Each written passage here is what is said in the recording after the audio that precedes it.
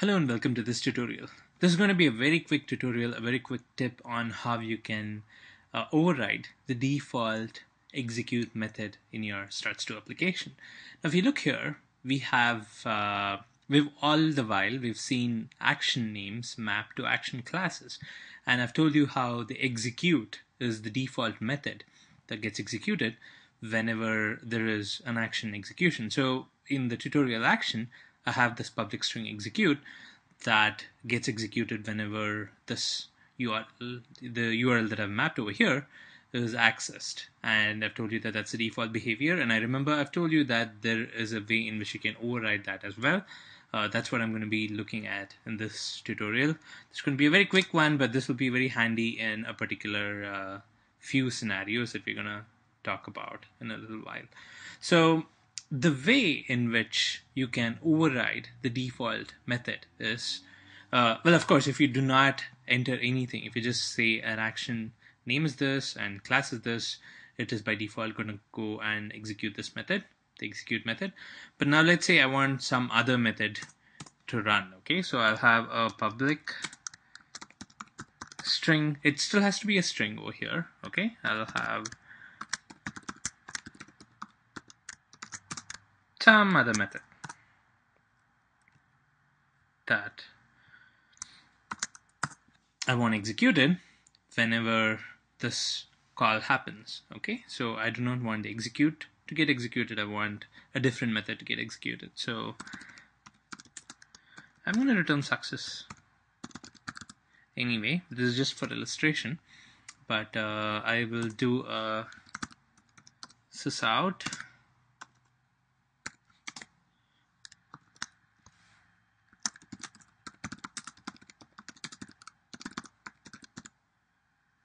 okay, and I'm printing a different message. So in the execute method, I actually commented out some of the old stuff that I've added in the previous tutorial. So right now it just does a sysout of execute method called, and then there is a different method that does a sysout of a different message. All right, so I'll save this, and the way I can make this method get called by default is by adding a method attribute over here. If I just do a control space, you can see there is a method attribute. So I add that, and what I do here is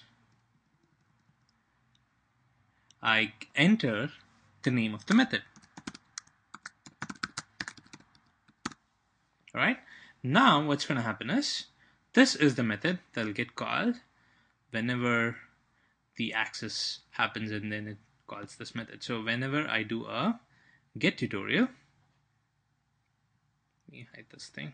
So whenever I do a get tutorial, this is the method that's going to get called. Without this method tag, it would be the execute by default, but then if you add this method tag, whatever method you add over here is going to get called. So let's save this, and I'm going to restart because it's an XML change.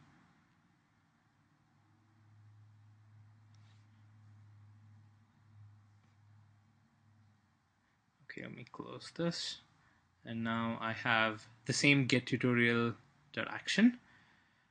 If I hit enter, you see here some other method executed. So that's a different method that gets executed. So this is the way to do it. So you just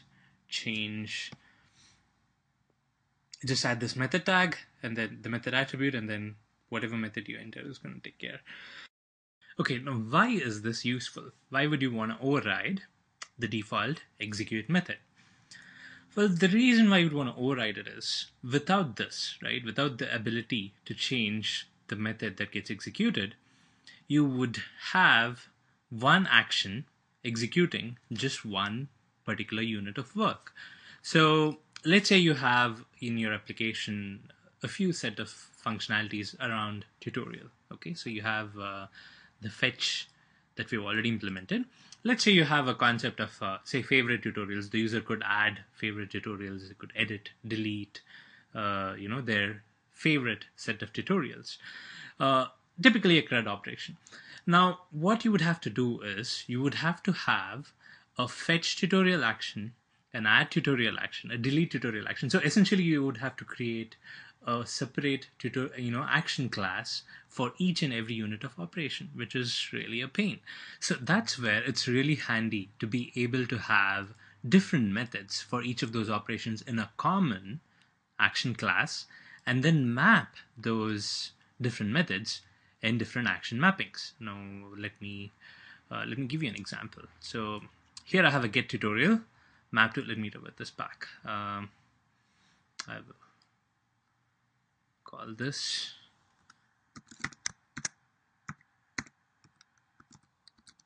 get tutorial. Okay, and I will rename this method as, let me remove this guy here. I will rename this as get tutorial, and this is the method that this mapping is going to call. Get tutorial is going to look at tutorial action, and it's going to call the get tutorial method. But then what you could also do is have a copy of this mapping. Say I have a add tutorial, and this is going to again map to tutorial action, but to a different method. I'm going to implement a add tutorial. All right, so this method is called when the URL has add tutorial, and this get tutorial method is called when the URL has get tutorial. So what I would do is I would add the add tutorial method to the same action. I don't have to create a new action for a different operation. So I would just say add, and the method would be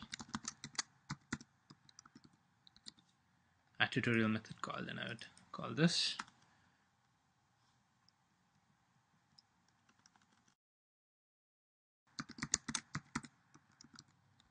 get tutorial method call. So essentially I have two different methods in the same action class that are mapped to two different actions, but with this method attribute. All right, so it's the same action that caters to two different URLs and two different methods do the actual work. Of course, I will have to restart the server.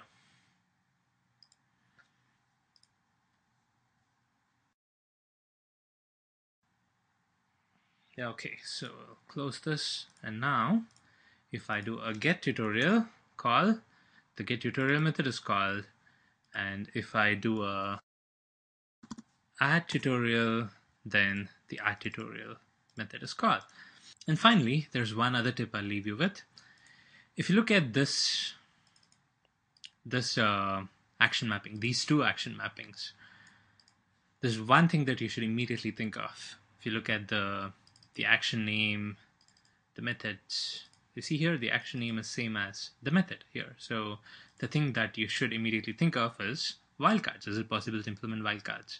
And yes, just like you can implement wildcards in the class name and the action and the result name, you can have wildcards in the method value as well. So we can actually simplify this much more by just adding a wildcard here. So I will, instead of giving the name over here, I will have a wildcard star mapping to method 1. So whatever is the action, the corresponding method will run. So I can actually do away with this configuration. If I save this and restart the server,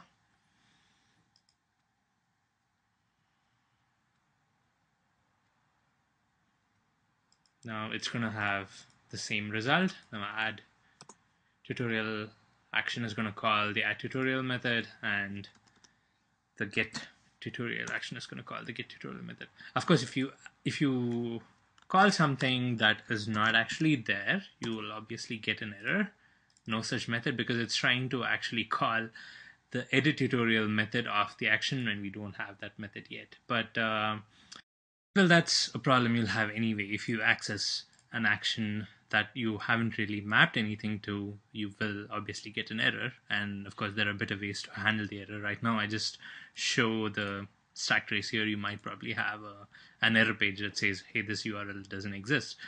But I hope you can see the obvious advantage of having the methods differ based on the action that you're trying to do. So you have a common, in this case, you have a common tutorial action that does all things tutorial related.